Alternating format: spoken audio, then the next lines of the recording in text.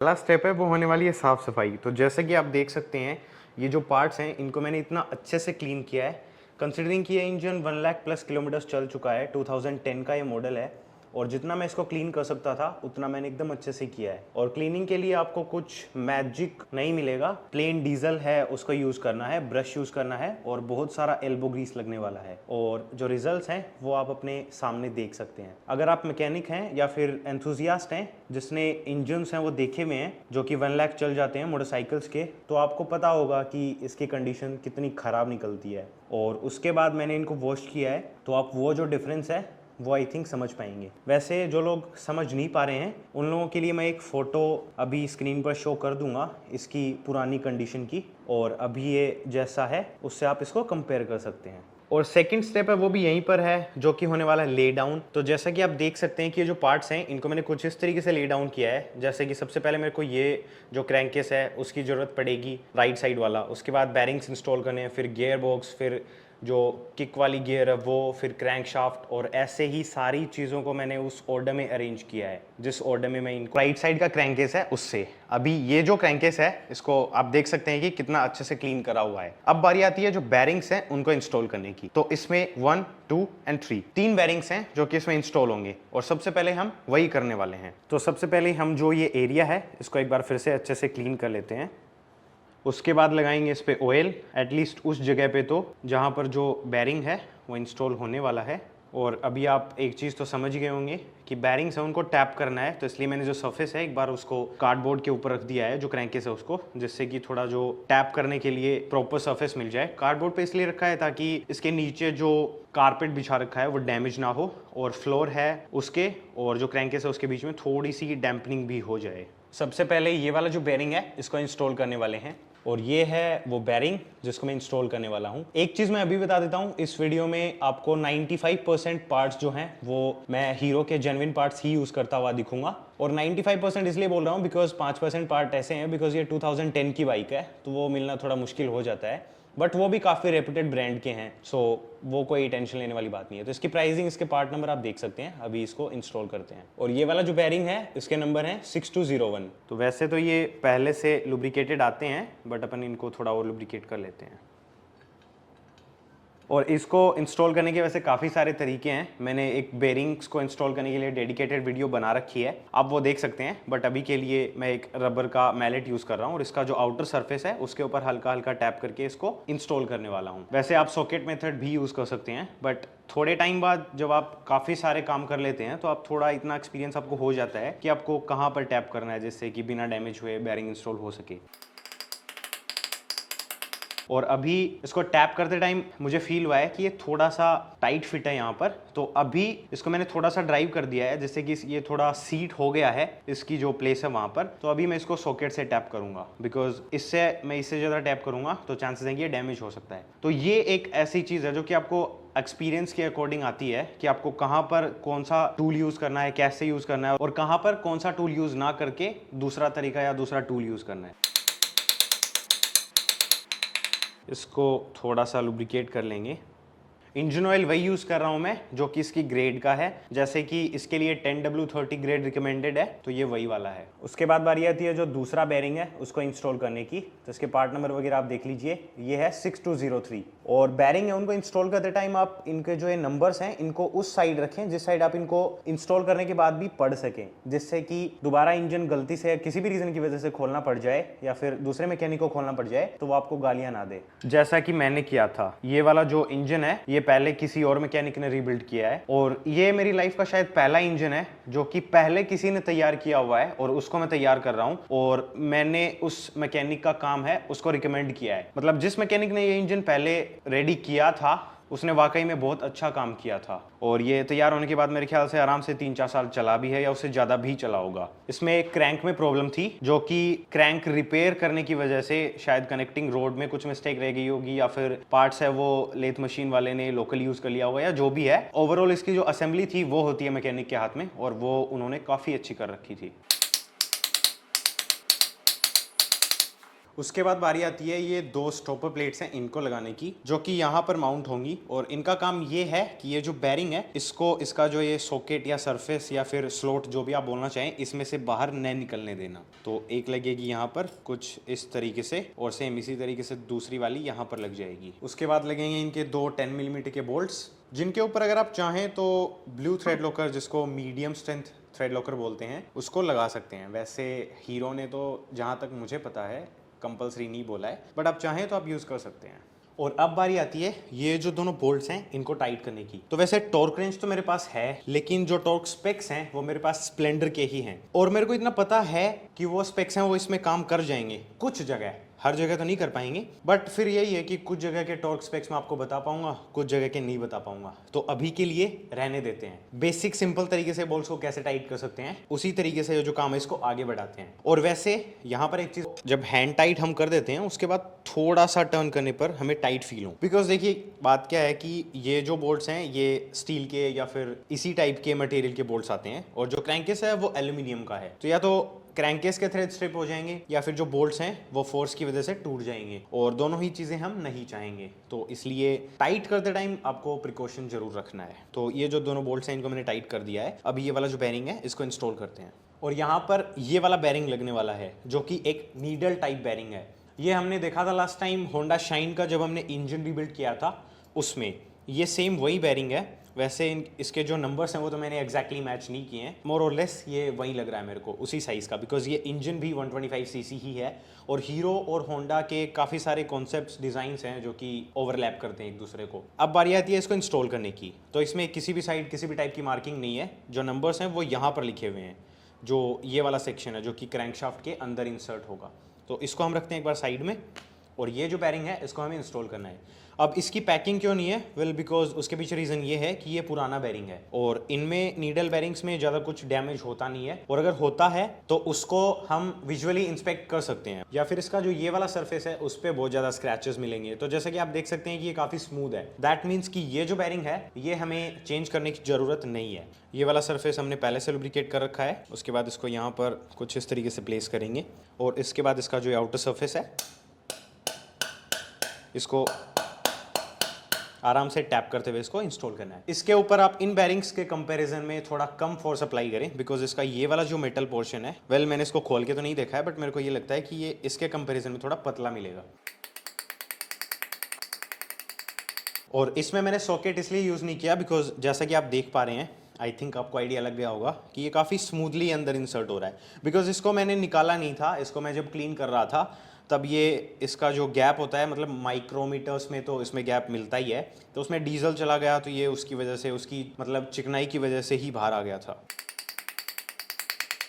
अब इसकी जो नीडल्स हैं उनको एकदम अच्छे से लुब्रिकेट करेंगे। उसके बाद इसका ये वाला जो सरफेस है इसको अच्छे से लुब्रिकेट करेंगे, और फिर इसमें ये साइड प्लेन है और इस साइड थोड़ा सा लिफ्टेड पोर्शन है कॉलर जैसा, उसको ऊपर की साइड रखते हुए इसको कुछ इस तरीके से प्लेस कर देंगे। और ऐसा करने के बाद थोड़ा सा ऑयल और यूज़ करेंगे।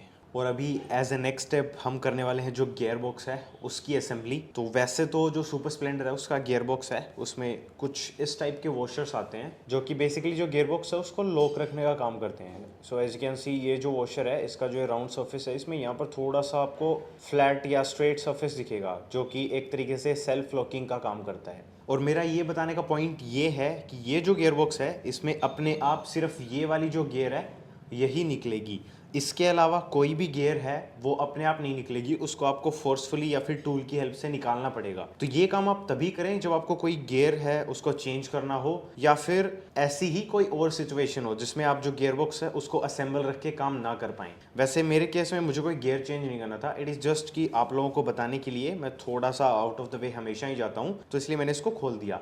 तो अभी ये जो गियर बॉक्स है इसको अपन असेंबल करना स्टार्ट करते हैं, और शुरुआत करेंगे हम इनपुट शाफ्ट से। तो इनपुट शाफ्ट में एज यू कैन सी एक जो गियर है वो पहले से इंस्टॉल्ड है, प्री बिल्ट है, मींस कि ये जो इनपुट शाफ्ट का स्ट्रक्चर है, फर्स्ट गियर जो है वो इसी के अंदर लगा हुआ है, और इसको हम कुछ इस तरीके से होल्ड रखते हुए ये वाला जो गियर है इसको इंस्टॉल करेंगे।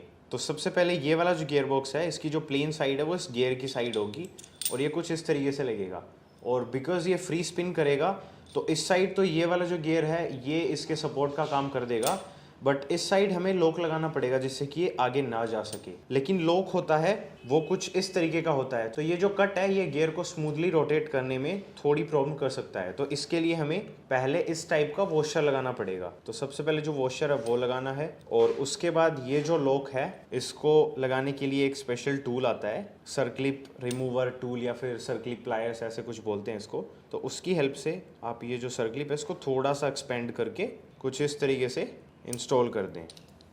और ये जो सर्क्लिप है इसके लिए यहाँ पर स्लॉट बना हुआ है जिसमें ये जा करके लॉक होती है। तो आप एक फ्लैट हेड स्क्रू ड्राइवर की हेल्प से इसको पुश कर सकते हैं ऑल द वे, और फिर आपको एक क्लिक की साउंड आएगी कुछ इस तरीके से।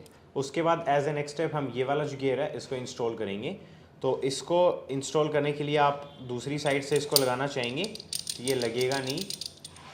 इंजन के ज़्यादातर पार्ट्स ऐसे ही होते हैं, इंजन के क्या, मोटरसाइकिल्स के ज़्यादातर पार्ट्स ऐसे ही होते हैं, वो जहाँ पर लगने चाहिए अगर आप उनको वहीं पर लगाएंगे तो ही वो प्रॉपर्ली फिट बैठते हैं। कुछ ही पार्ट्स ऐसे होते हैं जो कि जिस जगह के लिए नहीं बने होते वहाँ पर भी लग जाते हैं। ये वाला जो जजमेंट है ये 90% ऑफ द टाइम काम करता है। तो जैसे कि हमने ये गियर लगा दिया, अब इसको हमें यहाँ पर लॉक करना पड़ेगा, लेकिन क्योंकि इसका जो रोटेशन है वो ये जो पूरी शाफ्ट है इसके साथ है, ना कि ये इस गियर की तरफ फ्री मूव करता है। तो इसलिए हमें इसमें कोई भी वॉशर लगाने की ज़रूरत नहीं है। जस्ट यहाँ पर जो स्लॉट बना रखा है उसमें ये वाला जो लॉक है ये लगेगा। तो इसका इंस्टॉलेशन भी सिमिलर है, जस्ट इसका जो स्लॉट है उसमें इसको लेकर के आना है और उसके बाद थोड़ा सा पुश करेंगे आप तो ये लॉक हो जाएगा। इसको इसलिए लगाया गया है ताकि जब हम गियर सेलेक्ट करते हैं तो इसका जो मूवमेंट है वो इतना ही हो, इससे आगे ना हो। उसके बाद ये एक वॉशर लगेगा बिकॉज इसके आगे जो गियर लगने वाला है वो ये वाला गियर है, इसकी तरह फ्री मूव करता है, और ये है वो गियर। इसमें इस साइड स्लॉट्स बने हुए हैं जिससे कि जो गियर है वो इंगेज हो सके। तो वो जो स्लॉट्स हैं उनको इसकी साइड रखते हुए हमें कुछ इस तरीके से इसको प्लेस करना है ताकि जब गियर इंगेज होगा तब ये लॉक हो जाएगा। एंड सबसे लास्ट में ये वाला जो वॉशर है इसको लगाना है, और ये जो वॉशर है इसको लगाने के लिए आपको एक ऐसा सॉकेट चाहिए जिसका इनर डायमीटर शाफ्ट है उससे थोड़ा सा बड़ा हो, जिससे कि ये शाफ्ट के ऊपर कुछ इस तरीके से लग पाए। उसके बाद जो वॉशर है उसको जो शाफ्ट है उसके ऊपर अलाइन करना है, एक सरफेस के ऊपर जो शाफ्ट है उसको रखना है, एंड देन उसके ऊपर जो सॉकेट है उसको रखना है, और फिर एकदम हल्के हाथ से टैप करना है, और जो वॉशर है वो इसका जो स्लॉट है वहाँ पर फिट हो जाएगा। यहाँ पर आपको ज़्यादा फोर्स लगाने की ज़रूरत नहीं है, अदरवाइज आप जो वॉशर है उसका जो लॉकिंग मैकेनिज्म है, जो फ्लैट सेक्शन मैंने दिखाया था उसको बेंड कर देंगे और फिर ये नॉर्मल राउंड वॉशर आता है उसकी तरह बिहेव करने लगेगा, जो कि हम नहीं चाहेंगे बिकॉज इसका पर्पज़ यही है कि जब इस तरीके से हम इस शाफ्ट को करते हैं तो वॉशर की वजह से जो गियर्स हैं वो निकलते नहीं है। तो ये तो हो गई हमारी इनपुट शाफ्ट, इसको रखते हैं साइड में। And now let's move on to the output shaft. Output shaft में सबसे पहले हमें आउटपुट शाफ्ट को कुछ इस तरीके से होल्ड करना है। उसके बाद सबसे पहले ये वाला लॉक है इसको लेकर के यहाँ पर जो स्लॉट्स बने हुए हैं उनमें से इस वाले स्लॉट में इसको हम लगाएंगे,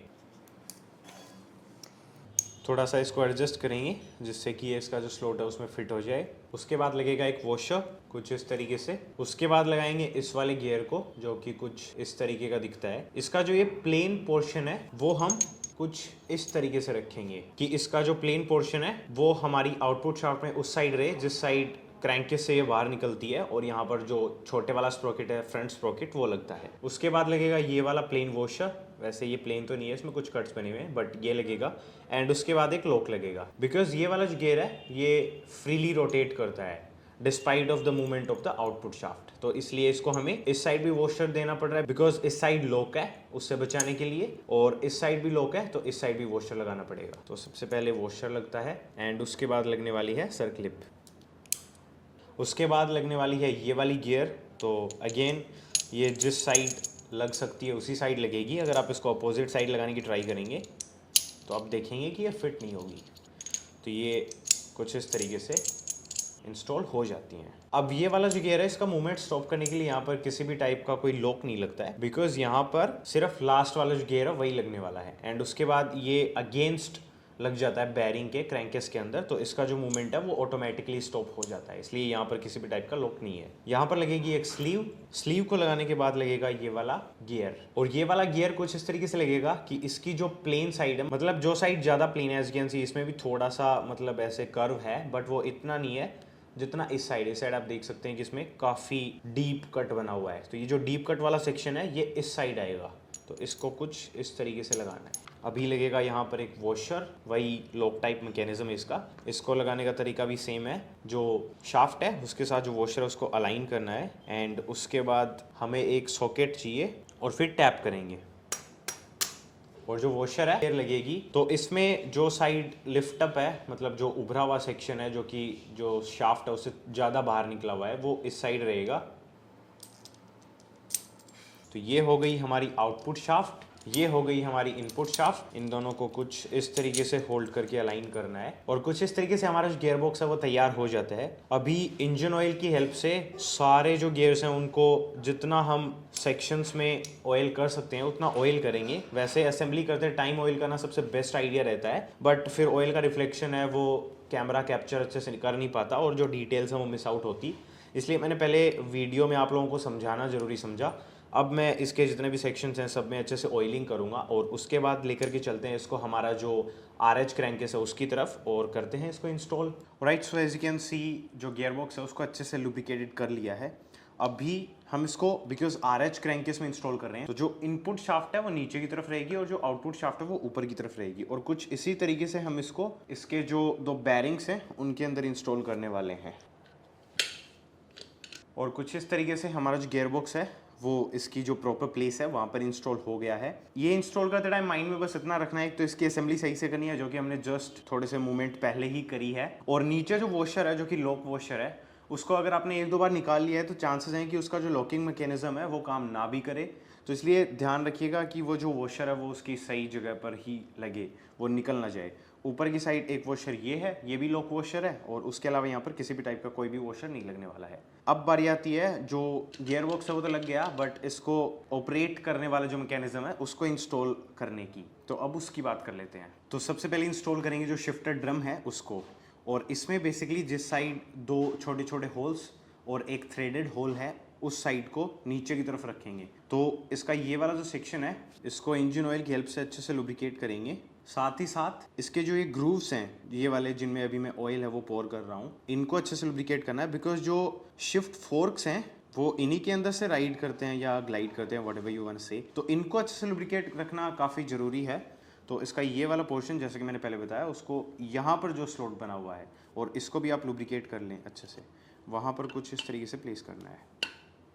उसके बाद बारी आती है शिफ्ट फोक्स हैं उनको इंस्टॉल करने की। तो जो साइज़ में लंबा शिफ्ट फोक है वो नीचे की साइड लगेगा और जो कंपैरेटिवली छोटा है साइज़ में लेंथ में वो ऊपर की साइड लगेगा। तो सबसे पहले जो ये वाला है इसको लगाते हैं और इनको लगाने की डायरेक्शन काफ़ी सिंपल है, कुछ भी देखने की ज़रूरत नहीं है। जस्ट ये वाली जो पिन है इसके डायरेक्शन हमें जो अभी अभी हमने शिफ्टर ड्रम लगाया है उसकी तरफ करनी है, और अभी ये जैसे कि आप देख सकते हैं ये गलत है, तो इसको बस इस तरीके से ट्विस्ट करना है, दैट्स इट। उसके बाद बारी आती है कि इनको कहाँ पर लगाना है। तो जैसे कि मैंने बताया ये वाला जो लेंथ में बड़ा है वो नीचे की साइड लगेगा, बट थोड़ा सा मैं आपको और क्लोजली दिखा देता हूँ कि एक्चुअली में ये कहाँ पर लगता है। तो आई होप अभी आप देख पा रहे हो। तो ये वाला जो गियर है इसको अगर मैं ऊपर लेकर के आता हूँ तो आप देख पाएंगे कि यहाँ पर इसमें बीच में जगह बनी हुई है, और ये वाला जो स्लॉट है इसी के अंदर जो शिफ्ट फोक है वो लगता है कुछ इस तरीके से। तो हमें जो गियर है उसको ऊपर की साइड लिफ्ट करते हुए उसका जो स्लॉट है जो कि मैंने बताया उसके अंदर जो शिफ्ट फोक है उसको कुछ इस तरीके से स्लाइड करना है। एंड उसके बाद इसकी ये वाली जो पिन है इसको अभी मैं जो ग्रूव्स हैं जिनको ऑयल कर रहा था उसमें जो नीचे वाला ग्रूव, मतलब यहाँ पर 2 ग्रूव्स हैं, 2 लाइंस चल रही हैं एक दूसरे के पैरेलल, तो ऊपर वाली लाइन छोड़ करके जो नीचे वाली लाइन है उसमें हमें इसको इंस्टॉल करना है। किसी भी पोजीशन पर कर सकते हैं आप, वो कोई इशू नहीं है। और इंस्टॉल करते टाइम एक चीज़ आपको मेक श्योर करनी है कि यहाँ पर जैसा कि आप अभी देख सकते हैं, आई होप आप देख पा रहे हो, ये वाला जो होल है और जो शिफ्ट फोक का होल है वो होल आपस में अलाइन होने चाहिए, जिससे कि बाद में हम जो इनकी जो शाफ्ट है या इनकी जो पिन है जो इनको इनकी प्लेस पर रखती है वो लगाएंगे तो हमें कम परेशानी होगी। तो एक शिफ्ट फोक है उसको मैंने अलाइन करके प्लेस कर दिया है, और अभी कुछ उसी तरीके से जो दूसरे वाला शिफ्ट फोक है उसको लगाना है, और ये वाला लगेगा ऊपर की साइड बट इनपुट शाफ्ट में। पहले वाला आउटपुट शाफ्ट में लगा है, ये इनपुट शाफ्ट में लगेगा। इसका ये वाला गियर है और इसका ये वाला ग्रूव है और इसके होल्स हैं वो मैच हो गए। अब इनके जो होल्स हैं उनका जो इनर डायमीटर है उसमें हमें थोड़ा सा ऑयल पोर करना है। दोनों जो फोक्स हैं उनमें, ऊपर वाले में करेंगे तो नीचे वाले में अपने आप जाएगा, और उसके बाद उसका जो होल है उसमें भी चला जाएगा oil, so not a big deal. और उसके बाद ये जो शाफ्ट है इसको लगाना है, तो इसको भी आप लुब्रिकेट कर लें। एंड उसके बाद जस्ट इसके जो होल्स हैं इनको अलाइन रखते हुए कुछ इस तरीके से इसको पुश कर देंगे।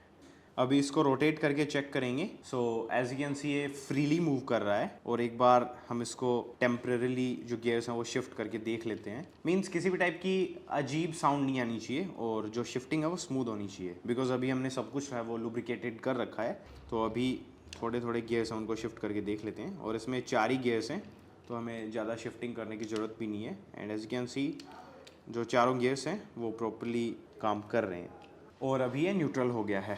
न्यूट्रल का पता कैसे चलता है? तो जब आप इनपुट शाफ्ट को होल्ड करके आउटपुट शाफ्ट को रोटेट करेंगे तो आप देखेंगे कि इनपुट शाफ्ट है वो मूव नहीं कर रही है, बट जो आउटपुट शाफ्ट है वो मूव कर रही है। दैट मीन्स कि दोनों शाफ्ट आपस में डिसंगेज हो चुकी हैं और वही न्यूट्रल होता है। उसके अलावा फर्स्ट, सेकंड, थर्ड, फोर्थ आपको पता ही है। तो गियर बॉक्स है वो कंप्लीट हो गया। अब नेक्स्ट स्टेप की तरफ मूव ऑन करते हैं, जो कि होने वाला है हमारी जो किक शाफ्ट है उसको इंस्टॉल करने का। तो किक शाफ्ट है, इसमें ये साइड पूरी प्लेन रहेगी, इसमें किसी भी प्रकार का कोई भी वॉशर वगैरह आपको नहीं लगाना है। उसके बाद इसका एक ये गियर रहेगा जो कि फ्री रोटेट करता है डिस्पाइट ऑफ की गियर शाफ्ट है वो मूव कर रही है या नहीं। एंड उसके बाद इसके अंदर एक बार मैं इसको रिमूव कर लेता हूँ। एंड फिर इसके अंदर एक वॉशर है प्लेन, एंड उसके ऊपर एक सर्कलिप लगी हुई है जो कि ये जो शाफ्ट है इसका मूवमेंट है इसको लॉक रखती है। वॉशर क्यों दे रखा है वो मैंने गियर बॉक्स में बता ही दिया था। तो अभी इसको खोल तो रखा ही है, तो थोड़ा सा ऑयल लगा लेते हैं इसमें। एंड उसके बाद ये एक टीथ है, ये रहता है। तो ये इस टीथ में इस साइड ग्रूव्स बने हुए हैं और ये साइड प्लेन है। तो जिस साइड ग्रूव्स बने हुए हैं वो जैसा कि आप देख सकते हैं कि ये वाला जो गियर है इसमें भी ग्रूव्स बने हुए हैं। वेल अभी ऑयल लग चुका है इस पर तो शायद रिफ्लेक्शन आ रहा होगा, बट इसमें ग्रूव्स हैं। तो इन ग्रूव्स को इन ग्रूव्स के साथ मैच करना रहता है और कुछ इस तरीके से ये आपस में इंगेज हो जाते हैं। और उसके बाद ये एक सर्कलिप लगेगी। अब यहाँ पर वॉशर क्यों नहीं लग रहा है? बिकॉज ये वाला जो गियर है ये शाफ्ट के अकॉर्डिंगली मूव कर रहा है, ना कि फ्रीली। तो अभी जो लॉक है उसको लगा लेते हैं और उसके बाद लगेगा यहाँ पर एक वॉशर जो कि अगेन उसी टाइप का वॉशर है, लॉक टाइप का।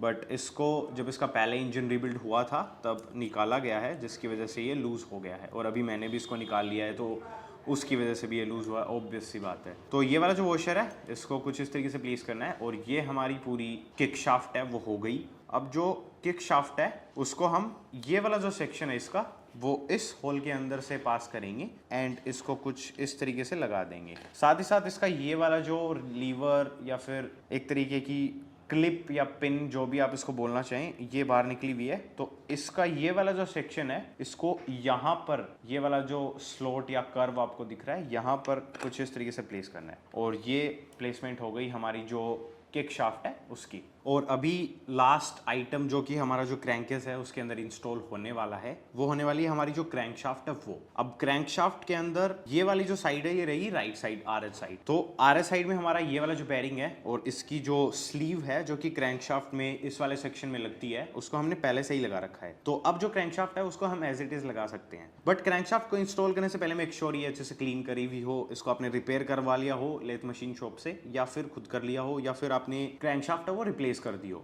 सफाई इसकी अच्छे से करनी है। एंड उसके बाद इसकी जो एक कनेक्टिंग रोड है इसके अंदर बीच में यहाँ पर नीडल टाइप बैरिंग आता है, उसको अच्छे से आपको लुब्रिकेट करना है। लेकिन यहाँ पर एक छोटा सा ट्विस्ट है इस क्रैंकशाफ्ट में। नॉर्मल जो क्रैंकशाफ्ट होती है उसमें यहाँ पर आप ऑयल पोर करते हैं तो वो डायरेक्टली यहाँ से होता हुआ यहाँ पर आता है और ये जो नीडल बैरिंग है इसको लुब्रिकेट करता है। एंड टू माई सरप्राइज, और शायद आप में से भी कुछ लोग सरप्राइज होंगे, कि ये जो 2 होल्स हैं इनके बीच में एक बैरियर है। मतलब ये जो 2 होल्स हैं ये बीच में कनेक्टेड नहीं है एक दूसरे से। ये जो होल है ये सेपरेट है, ये होल सेपरेट है, बीच में यहाँ पर एक मेटल की वॉल है। और इसी तरीके से इसका सेंट्रीफ्यूगल ऑयल फिल्टर है वो काम करता है। तो जो कनेक्टिंग रोड का जो ये बैरिंग है इसको लुब्रिकेट हम इस तरीके से नहीं कर पाएंगे इस बार। तो उसके लिए हमें जो कनेक्टिंग रोड है उसी के ऊपर जो ऑयल है वो डालना पड़ेगा एंड देन हम इसको थोड़ा सा बैक एंड फोर्थ मूव करेंगे एंड होपफुली जो अंदर की साइड में जो नीडल बैरिंग है वो लुब्रिकेट हो जाएगा। बिकॉज ये बैरिंग एक ऐसा बैरिंग है जो कि ड्राई बिल्कुल भी नहीं चलना चाहिए, अदरवाइज आपको इंजन है वो पूरा खोलना पड़ जाएगा। तो ये एक थोड़ा सा मेरे को अजीब डिजाइन लगा इस क्रैंकशाफ्ट का, but it is what it is. तो अभी आई थिंक जो कनेक्टिंग रोड है उसका जो नीडल बैरिंग है वो अच्छे से लुब्रिकेट हो गया है। तो अभी हम बाकी की जो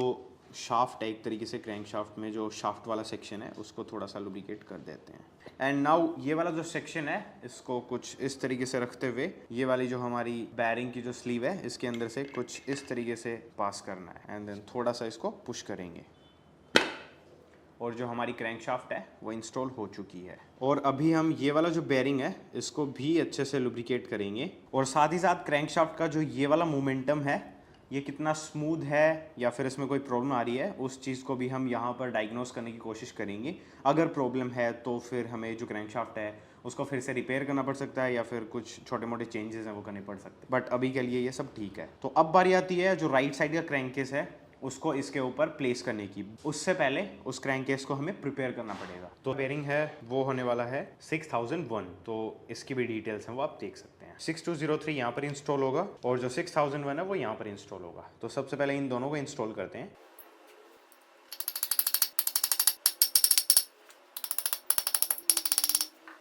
अभी सबसे पहले ये जो सरफेस है जिसके ऊपर गैस्केट लगाने वाले हैं इसको क्लीन कर लेते हैं टू मेक श्योर कि इसके ऊपर किसी भी टाइप की कोई डर्ट या फिर ऑयल वगैरह नहीं लगा हुआ हो। एंड उसके बाद इस पे हम लगाएंगे गैस्केट, जो कि मेरे केस में होने वाला है लोकटाइट का फ्लेम सीलेंट आता है वो वाला, बट आप चाहें तो 3 बॉन्ड यूज कर सकते हैं। बट वो जो एनाबॉन्ड जेल आता है ना जो कि क्लियर ग्लू जैसा दिखता है, वो मैं तो रिकमेंड करता नहीं हूँ यूज करना, बाकी आपकी मर्जी है। तो सबसे पहले ये जो गैस्केट है ये इसका जो ये वाला सरफेस है इसके ऊपर लगाएंगे। और प्रोसेस जैसे बाकी के इंजन में होती है वैसे ही इसमें है, बट इसमें एक प्रिकॉशन रखनी पड़ेगी। ये जो आप लाइन देख रहे हैं ये बेसिकली ऑयल लाइंस हैं, ऑयल लाइन या फिर ऑयल गैलरी जो भी आप इसको बोलना चाहें। तो आप एक चीज जरूर मेक श्योर कीजिएगा कि आप जो 3 बॉन्ड लगाएं या जो भी गैस्केट आप लगा रहे हैं वो आप इस एरिया में, इस पर्टिकुलर एरिया में थोड़ा सा बाहर की साइड लगाएं। मींस ये जो लाइंस हैं इनको ब्लॉक नहीं करना है हमें। और गैस्केट लगाना जरूरी भी है बिकॉज अदरवाइज यहाँ से फिर ऑयल लीकेज होने के चांसेस रहते हैं। तो उन चीज़ों को माइंड में रखते हुए जो गैस्केट है उसको अप्लाई करना है। तो मैं जो गैस्केट है उसको लगा लेता हूँ एंड देन उसके बाद इसको और जो आरएच कवर है उन दोनों को आपस में लगा करके जो बोल्ट्स हैं उनको टाइट करेंगे।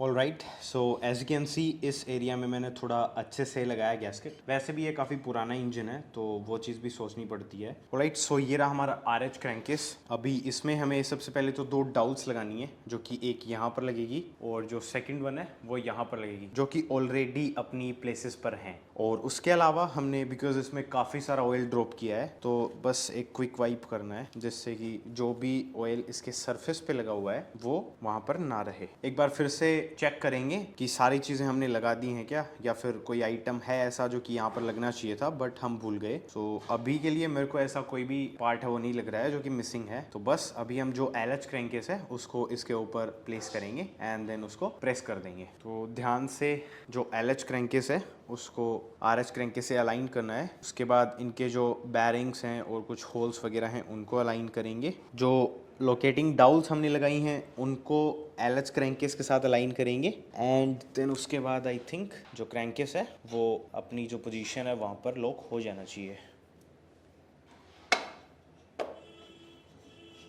यस, एंड उसके बाद बारी आती है जो बोल्ट्स हैं क्रैंकेस के उनको लगाने की। तो ये टोटल 11 बोल्ट्स हैं जिनमें से 3 बोल्ट्स हैं वो क्रैंकेस के अंदर लगेंगे एंड बाकी के जो बोल्ट्स हैं वो क्रैंकेस के बाहर लगने वाले हैं। तो वैसे तो आप सारे बोल्ट सेम साइज़ के हैं तो कोई भी बोल्ट कहीं पर भी लगा सकते हैं, बट आप चाहते हैं कि बोल्ट्स हैं वो एज इट इज़ लगे उनके पैटर्न के अकॉर्डिंग जैसा कि उनको निकाला गया था। तो जो 3 बर्न्ट ऑयल वाले बोल्ट्स हैं वो इनकी जो रेस्पेक्टिव प्लेसेस हैं वहाँ पर हम प्लेस कर देंगे, जैसे कि 1 2 एंड देन 3। और बचे हुए जो बोल्ट्स हैं उनको हम इनके जो होल्स हैं वहाँ पर लगा देंगे। 4 5 6 7 8। और अभी इन सारे 11 बोल्ट्स को क्रिस क्रॉस पैटर्न में टाइट करना है।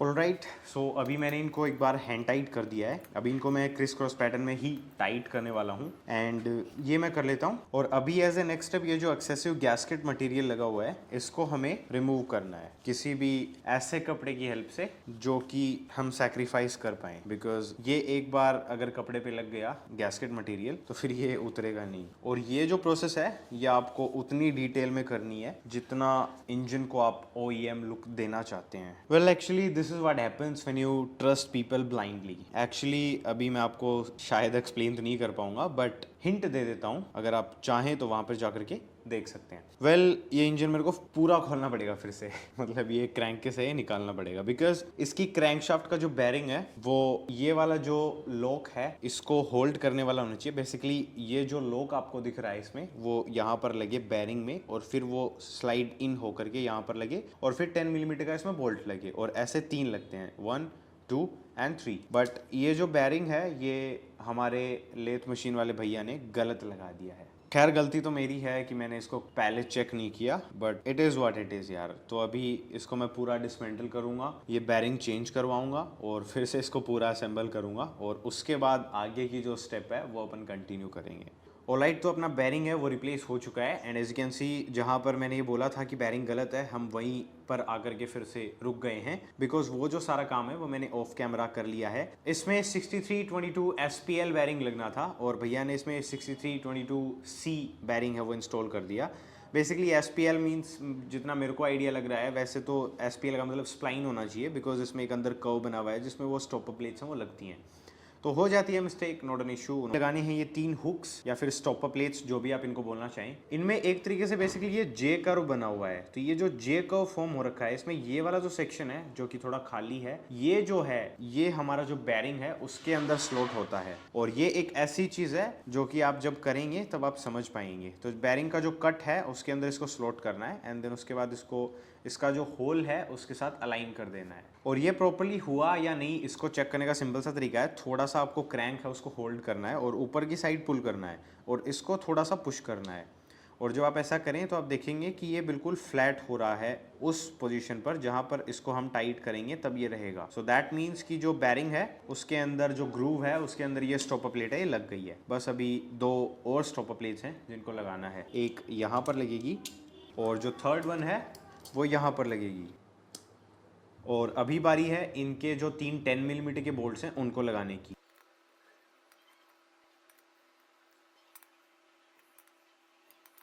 उसके बाद लगाना है ये वाला पार्ट। तो ये बेसिकली बैरिंग के लिए एक डैम्पनर जैसी चीज़ का काम करता है। तो इसके अंदर अगर आप ध्यान से देखेंगे तो आपको एक कुछ इस तरीके का स्लोप्ड पोर्शन दिखेगा, मतलब ये पूरा राउंड है और इसमें यहाँ पर इसको कट बना रखा है इसमें। तो जिस साइड से इसको कट कर रखा है वो साइड हमें यहाँ पर इसका जो ये होल है इसमें जो कट वाली साइड है उसको बैरिंग की तरफ रखते हुए इसको कुछ इस तरीके से ड्रॉप करना है और फिर इसको पुश कर देंगे और ये कुछ इस तरीके से इसका जो स्लॉट है उसमें चला जाएगा। उसके बाद लगेगी ये स्प्रिंग जो कि बाई डायरेक्शनल है, मतलब इसको आप इस तरीके से या फिर इस तरीके से भी लगा सकते हैं। एंड उसके बाद लगेगी इसकी ये प्लेट जो कि इसके ऊपर कुछ इस तरीके से माउंट होगी। इसका यहाँ पर होल है उसके साथ मैच करते हुए और फिर लगाना है 8 मिलीमीटर का ये बोल्ट। एंड उसके बाद ये जो स्टॉपर प्लेट है इसको क्रैंकेस के अंदर जो स्टॉपर प्लेट है उसके लिए 2 सेक्शंस बना रखे हैं जिनके बीच में जो स्टॉपर प्लेट है उसका जो पॉइंटेड सरफेस है वो जाएगा। तो इसको वहां पर होल्ड रखते हुए जो स्टॉपर प्लेट है उसको टाइट करना है। And that's it. अब बारी आती है राइट साइड की तरफ मूव ऑन करने की, बिकॉज लेफ्ट साइड में जितना भी काम अभी बच गया है वो हम बाद में करेंगे। ऑलराइट, सो अभी राइट साइड में हमें जो असेंबली है वो कंप्लीट करनी है, मतलब इस साइड हमें और कोई भी काम बाकी नहीं छोड़ना है, इस साइड का पूरा काम कंप्लीट करेंगे एंड देन उसके बाद लेफ्ट साइड की तरफ मूव ऑन करेंगे। तो सबसे पहले हम जो किक शाफ्ट है उसकी जो असेंबली है उसको कंप्लीट करते हैं और उसके लिए हमें चाहिए ये सारे आइटम्स, 2 स्पेसर्स, स्प्रिंग और एक इसकी प्लेट। तो सबसे पहले जो छोटा वाला स्पेसर है उसको कुछ इस तरीके से स्लाइड करना है और ये इसकी जो पोजीशन है वहां पर जाकर के फिट हो जाएगा। उसके बाद बारी आती है ये वाली जो प्लेट है इसको लगाने की। तो इसमें हम कुछ इस तरीके से ड्रॉप कर देंगे और ये जो प्लेट है इसकी किसी भी टाइप की टाइमिंग नहीं है, इट इज़ जस्ट कि आपको इसको जो क्रैंकेस का नीचे वाला सेक्शन है उसके अगेंस्ट पूरा प्रेस कर देना है जितना आप कर सके। उसके बाद ये यहाँ पर लॉक हो जाएगा। As you can see crankcase के अंदर एक पोर्शन बना हुआ है जहाँ पर जाकर के ये लॉक हो रहा है। इसको बस इसी तरीके से रखना है। उसके बाद बारी आती है जो स्प्रिंग है उसको लगाने की। तो स्प्रिंग में जो ये वाला सेक्शन है इसको हम कुछ इस तरीके से रखेंगे और जो दूसरी साइड वाला सेक्शन है, ये वाला जो कट बना हुआ है, ये यहाँ पर आएगा। मैं आपको लगा करके दिखा देता हूँ कुछ इस तरीके से। ये वाला जो कट है वो यहाँ पर कुछ इस तरीके से लॉक हो जाएगा। उसके बाद ये वाला जो पोर्शन है इसको हमें यहाँ पर ला करके लॉक करना है कुछ इस तरीके से। अगर स्प्रिंग आपको टाइट लग रही हो तो आप प्लायर या फिर किसी और इस टाइप के टूल को यूज़ कर सकते हैं। जस्ट मेक श्योर आप जो सरफेस है उसको डैमेज या स्क्रैच ना करें। एंड उसके बाद इसको इसी पोजीशन में होल्ड रखते हुए ये जो स्पेसर है प्लास्टिक वाला, इसको जो स्प्रिंग है उसके बीच में कुछ इस तरीके से प्रेस कर देंगे। एंड उसके बाद इन सारी चीज़ों को एज एन होल असेंबली हमें नीचे की साइड पुश करना है। मींस जो नीचे वाला स्पेसर है, उसके बाद जो प्लेट है, और उसके बाद स्प्रिंग है, और फिर ये वाला जो स्पेसर है, इनको सबको पुश करना है। अगर ये थोड़ा सा भी ऊपर की साइड आएंगी देन ये जो स्प्रिंग है ये अपनी टेंशन रिलीज कर देगी और ये सारी चीज़ें फिर से ऊपर की साइड आ जाएंगी और फिर हमें इनको फिर से इंस्टॉल करना पड़ेगा, जो कि हमारा जो टाइम है वो वेस्ट ही करने वाला है। तो ये हो गया। अब बारी आती है नेक्स्ट स्टेप की, और अभी एज ए नेक्स्ट स्टेप हम इंस्टॉल करने वाले हैं जो स्टॉपर प्लेट आती है, जो कि गियर स्टार को उसकी पोजीशंस पर लॉक करने का काम करती है उसको। तो सबसे पहले इसकी एक स्प्रिंग है एंड उसके बाद है stopper plate itself and then उसके बाद लगेगा एक 10 मिलीमीटर का बोल्ट। तो सबसे पहले जो स्प्रिंग है उसको कुछ इस तरीके से प्लेस करना है, इस तरीके से जैसा कि आप अभी देख सकते हैं। एंड देन उसके बाद जो स्टॉपर प्लेट है उसको कुछ इस तरीके से प्लेस करना है कि जो स्प्रिंग का ये वाला जो कट है वो जो स्टॉपर प्लेट के अंदर जो कट बना हुआ है वहाँ पर लग जाए। एंड उसके बाद जो बोल्ट हमने जिस पे थ्रेड लॉकर लगा रखा है उसको लगाना है एंड फिर करेंगे इसको टाइट।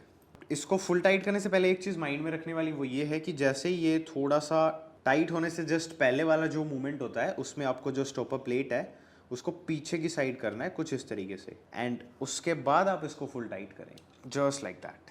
वेल अगर आप इसको पीछे की साइड लाए बिना टाइट कर देते तो ये जो स्टॉपर प्लेट है ये जो गियर का जो ड्रम है उसके ऊपर रहते हुए टाइट होती, और इसमें और जो क्रैंकिस है उसके बीच में थोड़ा सा गैप है, मतलब जो ड्रम है वो थोड़ा सा उभरा हुआ है। तो उस पोजीशन पे टाइट करते तो चांसेस क्या आई एम श्योर कि जो स्टॉपर प्लेट है वो बेंड हो जाती, जो कि हम नहीं चाहेंगे। तो स्टॉपर प्लेट है वो इंस्टॉल हो गई है।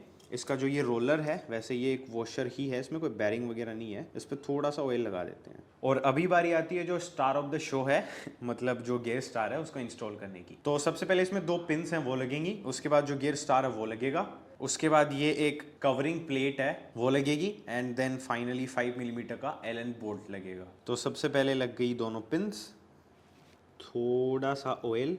कोशिश ये करें कि जो शिफ्टर ड्रम का होल है उसमें आप इंजन ऑयल ना डालें। उसके बाद गियर स्टार उस साइड से ऊपर की तरफ रखना है जिस साइड 4 पिन्स बनी हुई हैं, और इसके 2 जो होल्स हैं उनको जो ये वाली पिन्स हमने लगाई हैं इनके साथ अलाइन करना है।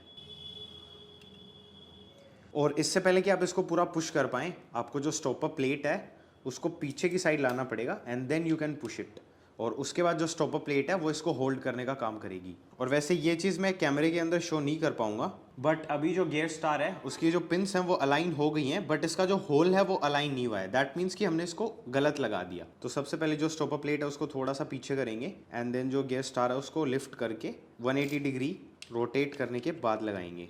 और अभी इसकी जो पिन्स हैं वो भी अलाइन हो गई और जो इसका होल है वो भी अलाइन हो गया। तो ये कुछ छोटी छोटी टिप्स हैं जो कि आपका जो इंजन रिबिल्डिंग का प्रोसेस है उसको स्मूथ करने में आपकी हेल्प करेंगी। उसके बाद बारी आती है ये जो कवरिंग प्लेट है इसको लगाने की। तो इसमें जो ये वाला सेक्शन है जो कि लिफ्टेड है ये नीचे की साइड रहेगा, और जिस साइड एक खड्डा जैसा आपको दिख रहा है वो ऊपर की साइड रखते हुए हमें इसको कुछ इस तरीके से प्लेस करना है कि इसका जो होल है वो जो हमारे गियर स्टार का होल है और जो उसके थ्रेड्स बने हुए हैं अंदर की साइड शिफ्टर ड्रम में वो सारे एक लाइन में हों। उसके बाद थोड़ा सा थ्रेड लॉकर और फिर ये जो बोल्ट है इसको हम कर देंगे टाइट। और वैसे ये वाला जो बोल्ट है ये आप टाइट करेंगे उस टाइम आपको जो शिफ्टर ड्रम है उसको इस पोजीशन में लॉक नहीं करना है, उसको आपको जो इनपुट शाफ्ट है उसको घुमाते रहना है और सबसे लास्ट वाली जो पोजीशन है वहां तक लेके जाना है, मींस की जो 4th गियर है वहां तक। अब आपको इसको टाइट करना है। अगर आप ऐसा नहीं करेंगे तो चांसेस हैं कि आप शिफ्टर ड्रम या फिर शिफ्ट फोक्स हैं उनमें से किसी को बेंड या थोड़ा बहुत डैमेज कर सकते हैं। अब हम जो गियर्स हैं उनको प्रॉपर्ली चेक कर सकते हैं। तो 4th से आएंगे हम 3rd गियर में, ये हो गया 3rd गियर, सब कुछ सही है। अभी 3rd से चलते हैं 2nd में, ये भी ठीक है।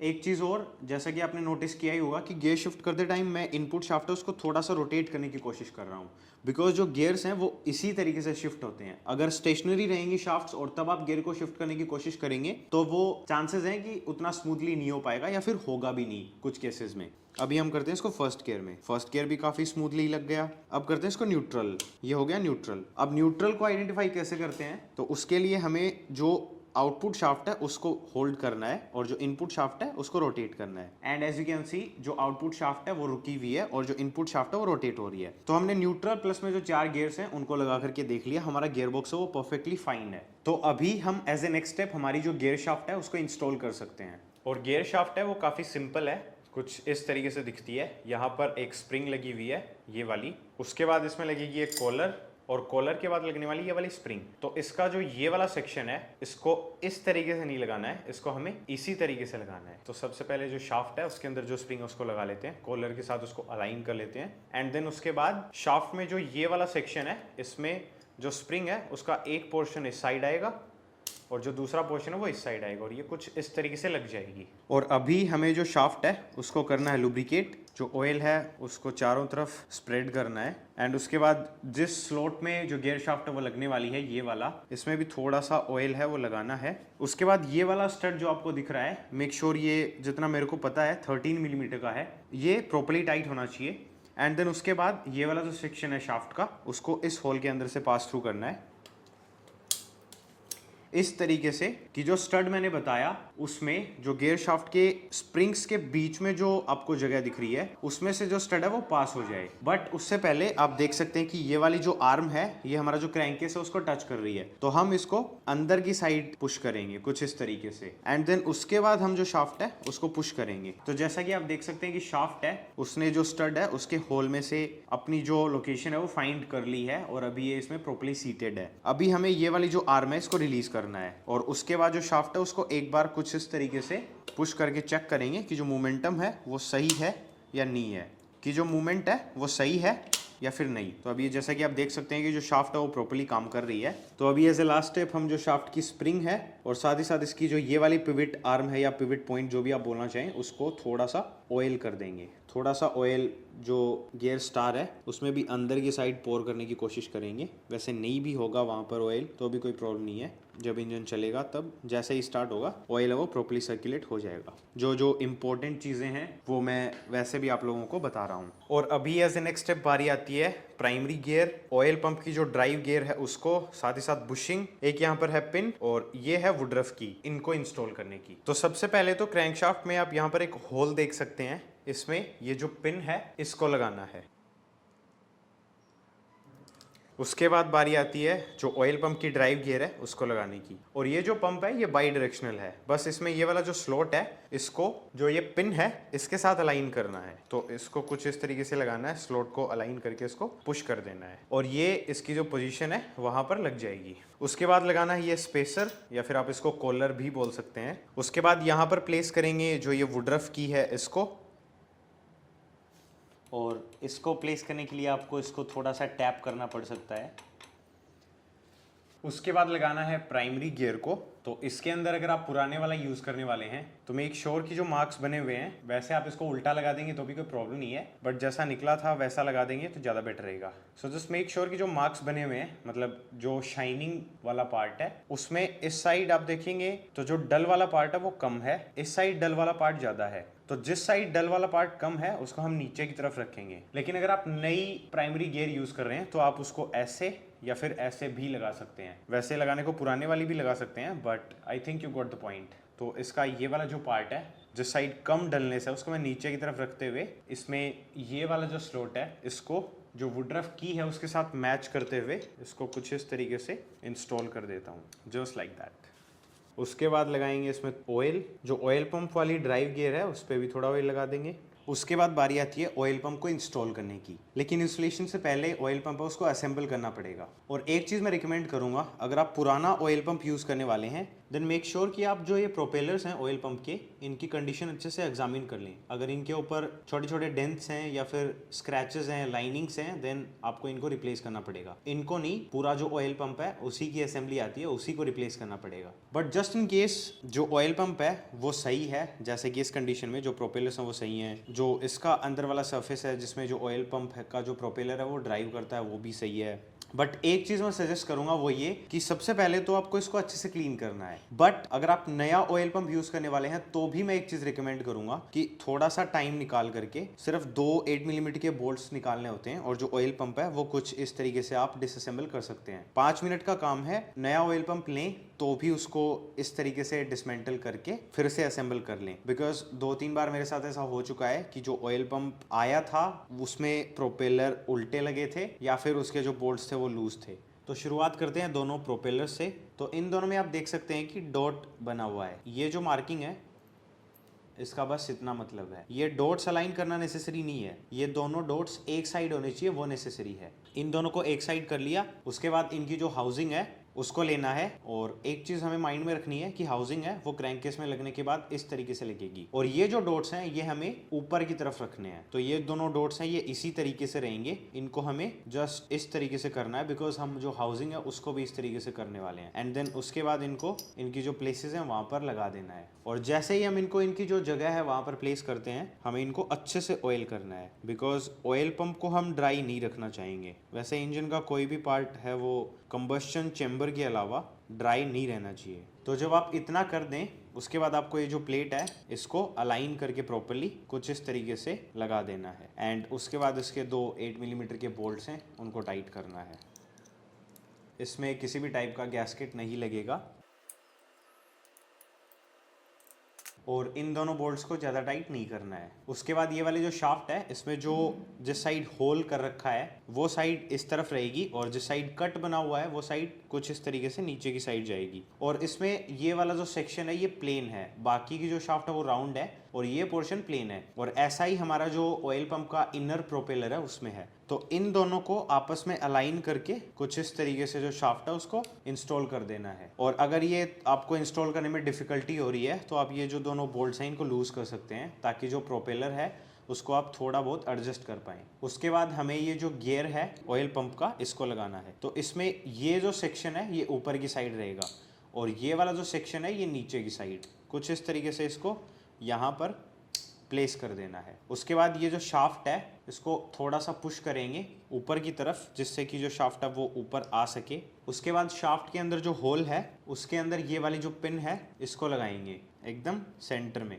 और जब ये सेंटर में आ जाए तब जो ऑयल पंप वाली जो गियर है उसके साथ जो पिन है उसको अलाइन करके जो शाफ्ट है उसको पुश कर देंगे, जस्ट लाइक दैट। और इसको एज इट इज होल्ड रखते हुए इस साइड आएंगे, और ये वाला जो स्लॉट है इसमें ये एक सर्कलिप है इसको लगा देंगे, और उसके बाद एक नोज प्लायर की हेल्प से इसको पुश कर देंगे। और लॉक होते टाइम इसमें क्लिक की साउंड आनी चाहिए, जस्ट लाइक दैट। और कुछ इस तरीके से हमारा जो ऑयल पंप है वो पूरा प्रॉपर्ली असेंबल हो चुका है। अब बारी आती है इसको आरएच साइड में इंस्टॉल करने की। ओके, सो इंस्टॉलेशन के लिए सबसे पहले एक डाउल यहाँ पर लगेगी, लोकेटिंग डाउल 1, और जो सेकंड वाली है वो यहाँ पर लगेगी। दोनों जो डाउल्स हैं वो हमने यहाँ पर लगा दी हैं। उसके बाद जो ऑयल पंप का ये वाला पोर्शन है जिस साइड गियर है वो नीचे की तरफ रहेगा, और ये जो तीनों होल्स हैं और जो क्रैंकेस का डिजाइन है उनको आपस में अलाइन करते हुए हमें जो ऑयल पंप का प्लास्टिक वाला गियर है उसको जो क्रैंकशाफ्ट में हमने ऑयल पंप का ड्राइव गियर लगाया है उसके साथ अलाइन करते हुए इसको कुछ इस तरीके से इसकी जो पोजीशन है वहां पर प्लेस करना है। और फिर हम इसको थोड़ा सा रोटेट करके देखेंगे कि ये प्रॉपर्ली अपनी सही पोजीशन पर फिट हुआ है या नहीं।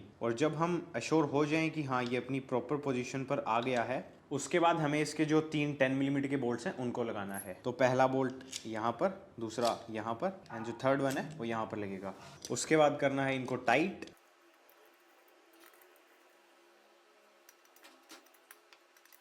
और ऑयल पंप को इंस्टॉल करने के बाद यहाँ पर एक स्ट्रेनर लगता है, तो अभी उसको लगा देते हैं। बट उससे पहले जस्ट मेक श्योर कि इसको आपने अच्छे से क्लीन कर लिया हो। अगर इसकी जो नेट है वो डैमेज है देन आप उसको रिप्लेस कर दें, एंड देन उसके बाद ये कुछ इस तरीके से यहाँ पर स्लाइड हो जाएगा। अब बारी आती है हमारी जो क्लच असेंबली है उसको फिट करने की। तो उसके लिए सबसे पहले ये 2 बुशिंग्स या कॉलर्स या स्लीव्स, आप जो भी बोलना चाहें, वो लगेंगी।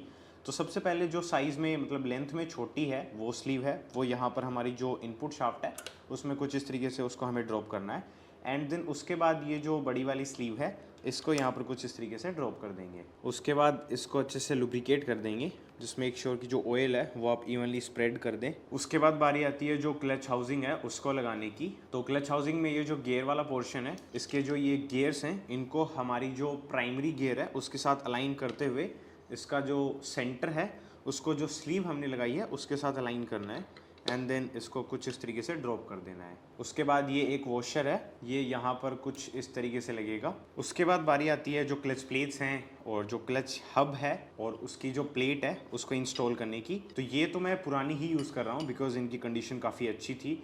जस्ट मैंने 320 ग्रिड का सैंड पेपर लिया और उसकी हेल्प से इनको हल्का हल्का सैंड किया है। और ये एक ऐसा स्टेप है जो कि अगर आप एक्सपीरियंस्ड हैं या फिर आपको पता है कि जो सैंडिंग है वो आपको स्मूथली करनी पड़ेगी ऑल ओवर द सरफेस। अगर आप एक जगह ज़्यादा सैंड कर देंगे, दूसरी जगह कम सैंड कर देंगे, देन जो सरफेस है वो अनइवन हो जाएगा। तो ये सारी प्रिकॉशंस आप रख सकते हैं तो ही आप ये ट्राई करें, अदरवाइज इन दोनों को आप चेंज कर दें। और वैसे भी अगर ज़्यादा डीप लाइन्स इसके ऊपर बनी हुई हैं तो इसको सैंड करके कोई फ़ायदा नहीं है, you will have to replace it. तो इसको रखते हैं एक बार साइड में। और अभी मैं आप लोगों को इसकी जो फ्रिक्शन प्लेट्स और जो प्रेशर प्लेट्स हैं उनकी प्राइसिंग दिखा देता हूँ। So as you can see इसकी जो प्रेशर प्लेट्स हैं वो 180 रुपीज़ की हैं, जो कि काफ़ी एक्सपेंसिव है 125 सीसी का ये इंजन इसको कंसिडर करते हुए। बट ये अगर आपको कम एक्सपेंसिव लग रही हैं देन इसकी फ्रिक्शन प्लेट्स की बात करते हैं। एंड आई होप आप देख पा रहे होंगे 630 रुपीज़ की इसकी फ्रिक्शन प्लेट्स हैं, जो कि to be honest R15 version 2 की जो मेरी क्लच प्लेट्स आती हैं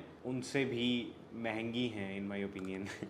वैसे ओवरऑल इस मोटरसाइकिल के ज़्यादातर पार्ट्स हैं वो एक्सपेंसिव ही हैं और अभी के लिए इसके अंदर हमें जो क्लच प्लेट्स हैं और प्रेशर प्लेट्स हैं उनको लगाना है, तो उस पर फोकस करते हैं। लेकिन उससे पहले एक चीज़ मैं आपके साथ शेयर कर देना चाहता हूँ, वो ये कि इसकी जो फ्रिक्शन प्लेट्स हैं ये वाली, ये टोटल 5 हैं, लेकिन इनमें 3 जो फ्रिक्शन प्लेट्स हैं वो अलग टाइप के मटेरियल की हैं और जो 2 आउटसाइड वाली फ्रिक्शन प्लेट्स हैं वो अलग टाइप के मटेरियल की हैं। तो आप इनको मिक्स ना करें। तो जो 2 प्लेट्स आपको अलग दिखती हैं वो आपको एक प्लेट सबसे ऊपर और एक प्लेट सबसे नीचे रखनी है और बाकी की जो 3 प्लेट्स हैं उनको बीच में रखना है। तो अभी सबसे पहले हम जो 2 अलग कलर वाली प्लेट्स हैं उनमें से एक प्लेट है उसको लेते हैं और जो हब है जिसके अंदर जो क्लच प्लेट्स हैं वो इंस्टॉल होने वाली हैं, उसका ये वाला जो सरफेस है सबसे पहले आप इसको अच्छे से क्लीन कर लें एंड देन उसके बाद इसको लुब्रिकेट करेंगे ऑयल से। लुब्रिकेशन हमें इसलिए करना जरूरी है बिकॉज जो क्लच प्लेट्स हैं उनको हम ड्राई यूज़ नहीं करना चाहेंगे, अदरवाइज जो इनका मटेरियल है वो बहुत जल्दी वेयर आउट हो जाएगा।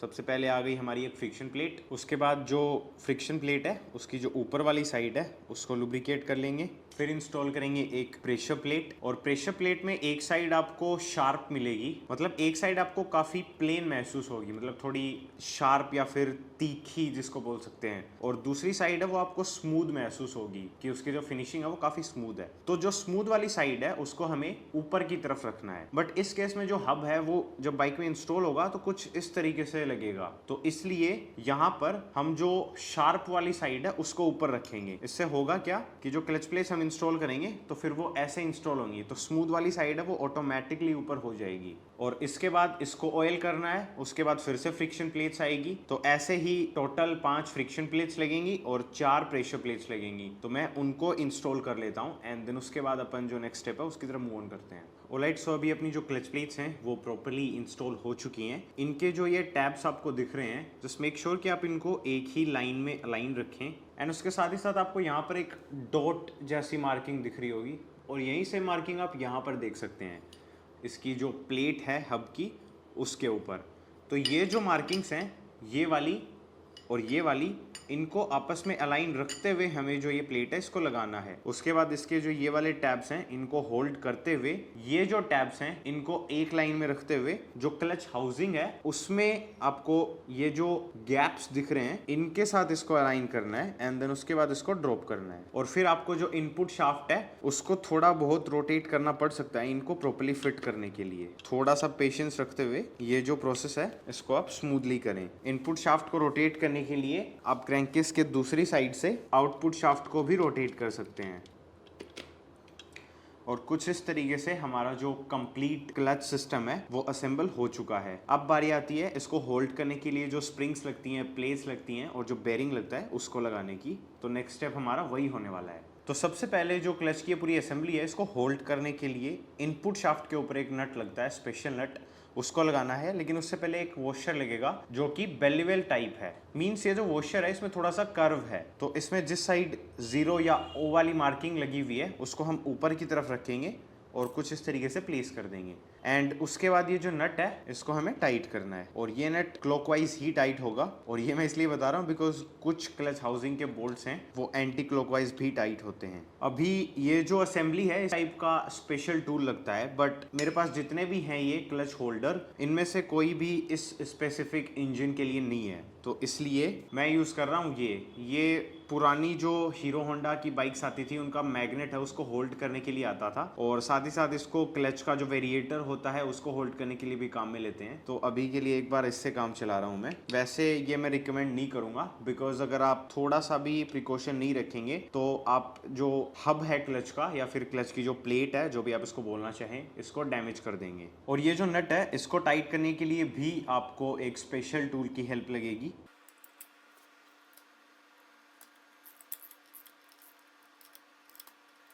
और अब बारी आती है इसकी जो स्प्रिंग्स हैं उनको इंस्टॉल करने की। इसमें टोटल 6 स्प्रिंग्स लगेंगी और ये बाई डायरेक्शनल है, मीन्स आप इनको ऐसे भी इंस्टॉल कर सकते हैं और ऐसे भी। तो सबसे पहले जो स्प्रिंग्स हैं उनको प्लेस करते हैं, उसके बाद इनके ऊपर लगेगी ये प्लेट। बट इसमें हीरो ने एक थोड़ी सी ट्रिक यूज की है, वो ये कि इन्होंने 6 बोल्ट्स यूज करने की बजाय सिर्फ 3 बोल्ट्स यूज किए हैं। लेकिन इसमें जो स्प्रिंग्स को होल्ड करने के लिए स्टड जैसा जो सेक्शन बना हुआ है वो टोटल 6 हैं।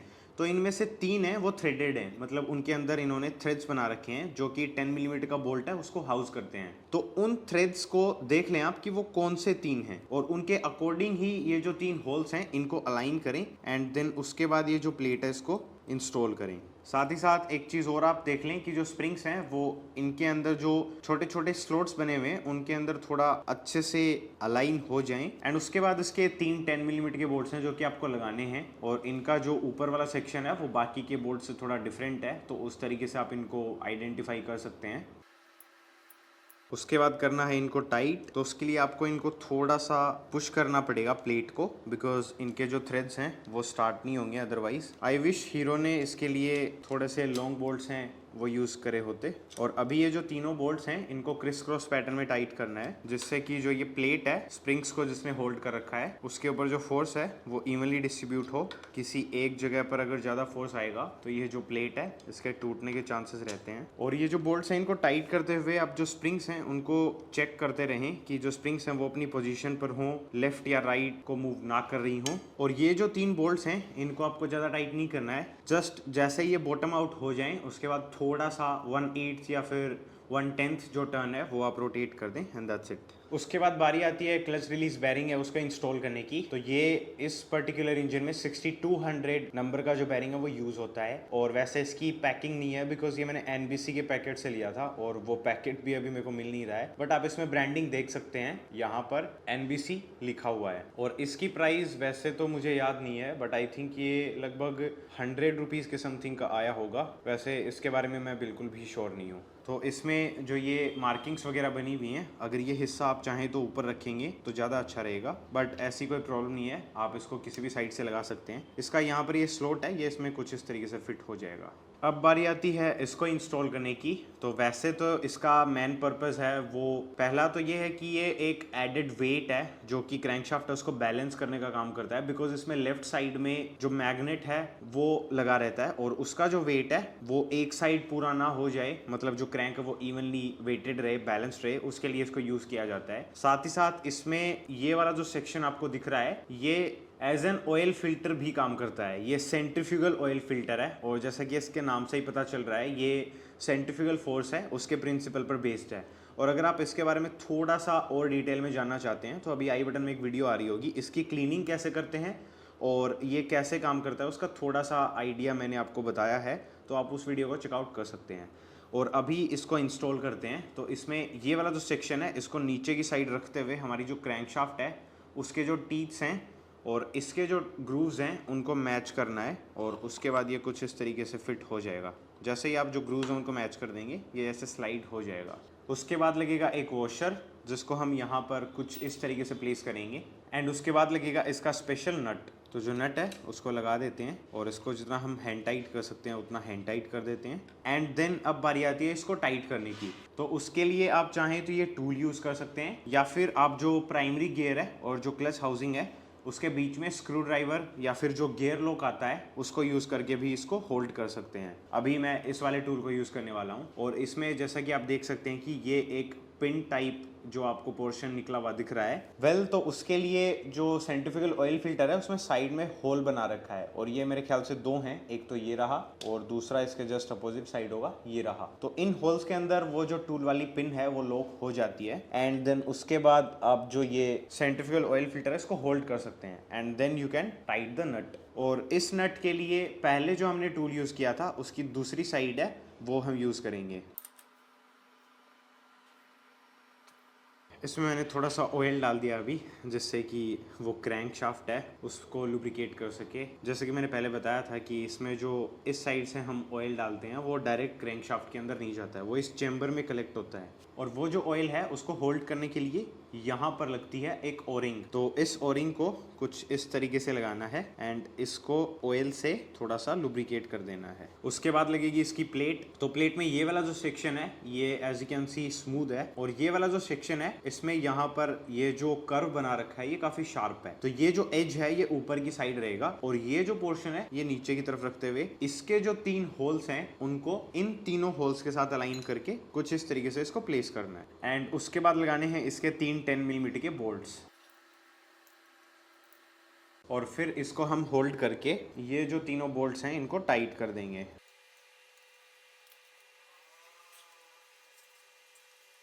और अभी लगाएंगे इस पार्ट को, इसको आप ऑयल जेट या फिर ऑयल जेट स्लीव जो भी आप बोलना चाहें वो बोल सकते हैं। और ये लगने वाली है यहाँ पर कुछ इस तरीके से। अब लगाते हैं 2 लोकेटिंग डाउल्स जो कि एक यहाँ पर लगेगी और दूसरे वाली यहाँ पर।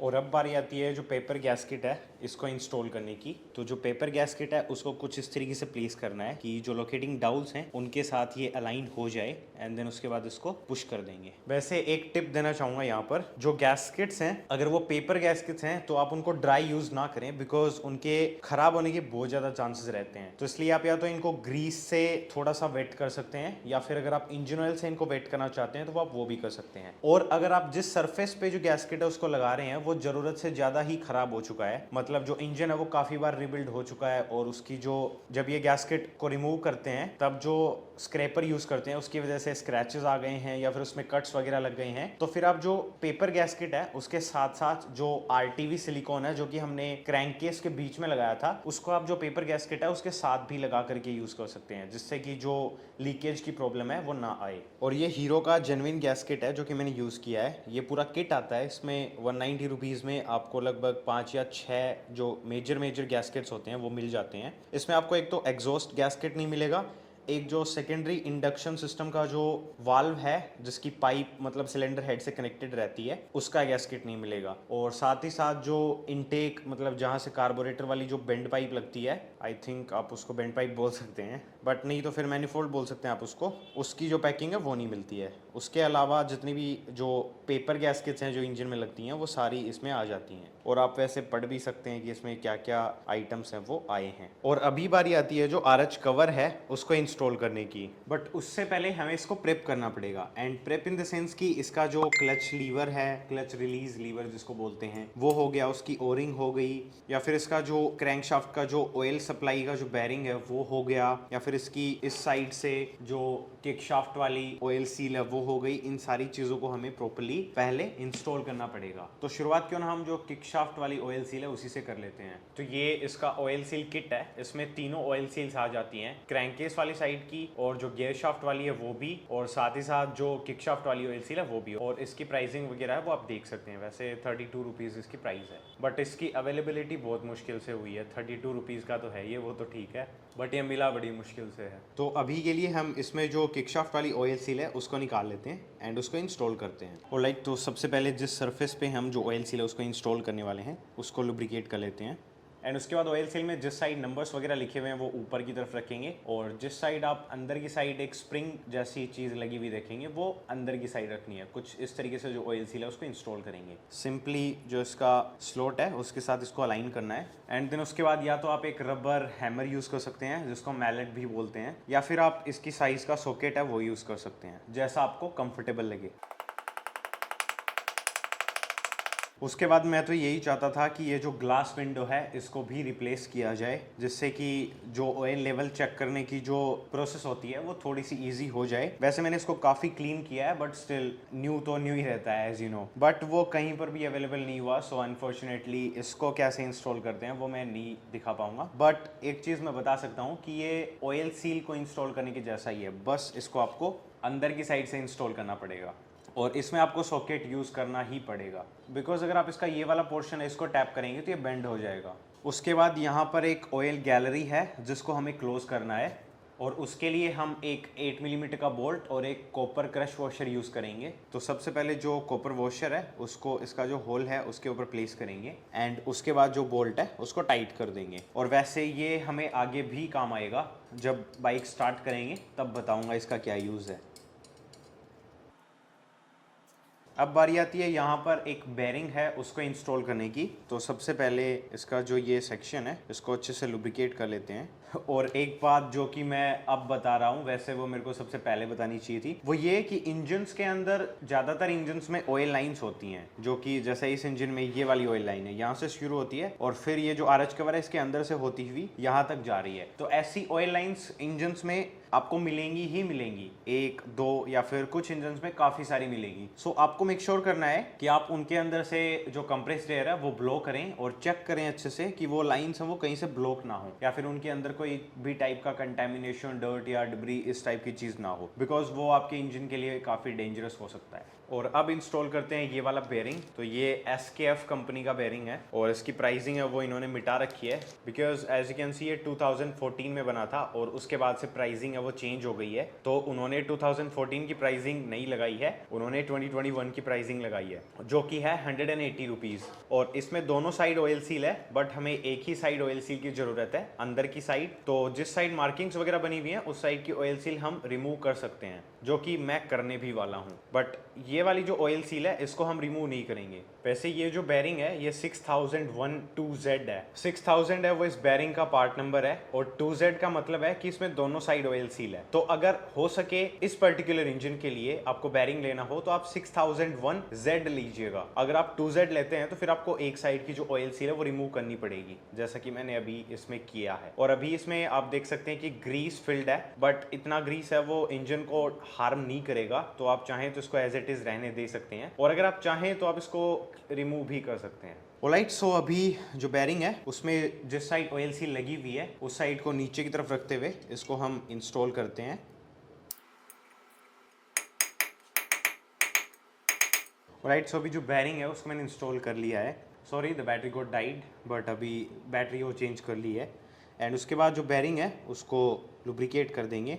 और अभी बारी आती है जो क्लच रिलीज लीवर है उसको इंस्टॉल करने की। तो सबसे पहले इसकी ये एक ओरिंग है, इसको जो क्लच रिलीज शाफ्ट है उसमें यहाँ पर एक कट बना हुआ है, उस कट में जो ओरिंग है उसको लगाना है। तो सबसे पहले जो ओरिंग है उसको लुब्रिकेट कर लेंगे, एंड उसके बाद इसको ग्रेजुअली एक्सपेंड करते हुए जो शाफ्ट है उसके ऊपर कुछ इस तरीके से इंसर्ट करेंगे, एंड देन इसको ऑल द वे इसका जो ग्रूव है, स्लॉट है, उसके अंदर कुछ इस तरीके से ला करके प्लेस कर देंगे। उसके बाद बारी आती है ये वाली जो स्प्रिंग है इसकी। तो इसमें आपको ये जो यू बेंड बना हुआ है जिस साइड से, उस साइड को ऊपर की तरफ रखते हुए जो स्प्रिंग है उसको कुछ इस तरीके से इंस्टॉल करना है। एंड देन उसके बाद जो यू बेंड है उसको जो हमारी क्लच रिलीज शाफ्ट है उसके ऊपर कुछ इस तरीके से पुश कर देना है। एंड उसके बाद आरएच कवर में ये वाला जो होल है इसके थ्रू जो ये शाफ्ट है इसको पुश करेंगे, बट उससे पहले इसको अच्छे से ऑयल से लुब्रिकेट कर देंगे। और आप चाहें तो जो शाफ्ट है उसको भी लुब्रिकेट कर सकते हैं। उसके बाद जो शाफ्ट है उसको कुछ इस तरीके से आरएच कवर के 90 डिग्री एंगल पे रखते हुए कुछ इस तरीके से इंस्टॉल करना है। एंड देन जब ओरिंग है वो आरएच कवर को टच करे तब इसको थोड़ा सा पुश कर देंगे। इसको ऑपरेट करके चेक करेंगे कि जो स्प्रिंग है वो प्रॉपर्ली काम कर रही है क्या। एंड उसके बाद ये वाला जो पार्ट है इसको आप पुश रॉड भी बोल सकते हैं, बेसिकली ये जो क्लच रिलीज बैरिंग है उसको पुश करने का काम करती है। तो इसमें जो ये फ्लैट सरफेस है इसको ऊपर की तरफ रखेंगे और जो ये वाला सेक्शन है इसको ये वाला जो होल है इसके अंदर कुछ इस तरीके से प्लेस कर देंगे एंड देन उसके बाद जो क्लच रिलीज लीवर है उसको थोड़ा सा मूव करेंगे and as you can see ये अपनी पोजीशन है वहां पर जाकर के लॉक हो जाएगा और अभी हम RH कवर को इंस्टॉल कर सकते हैं। बट उससे पहले एक बार फिर से क्रॉस वेरीफाई कर लेंगे कि जो सारी चीज़ें हैं जो कि यहाँ पर इंस्टॉल होनी चाहिए उनको क्या हमने प्रॉपर्ली इंस्टॉल किया है, सारे बोल्ट्स हैं उनको प्रॉपर्ली टॉक किया है। एक बार ये सारी चीज़ मेमोराइज करने की कोशिश करें एंड देन उसके बाद जो RH कवर है इसमें जो क्लच रिलीज लीवर है उसको ऑल द वे जितना आप पीछे की तरफ कर सकें वहां पर ले जाकर के होल्ड करना है, जिससे कि ये वाली जो शाफ्ट है ये नहीं निकलेगी। अदरवाइज अगर आप इसको कुछ इस तरीके से रिलीज रहने देंगे तो चांसेस हैं कि जब आप RH कवर को लगाने जाएंगे तब ये जो शाफ्ट है ये निकल के गिर जाए और इसकी जो सही पोजीशन है ये वहां पर ना लगी रहे। तो इसलिए इसको कुछ इस तरीके से होल्ड रखते हुए जो RH कवर है उसको इसकी जो पोजीशन है वहां पर प्लेस करना है एंड देन यहाँ पर एक चीज आपको और मेक श्योर करनी है। अभी जैसे ये ऑयल सील नहीं है तो इसके अंदर यहाँ पर ग्रीस फिल कर रखा है ताकि जो किक शाफ्ट है वो इसको डैमेज ना कर दे। बट अगर आप पुरानी ऑयल सील यूज कर रहे हैं बिकॉज आपको मिली नहीं या फिर वो ऑयल सील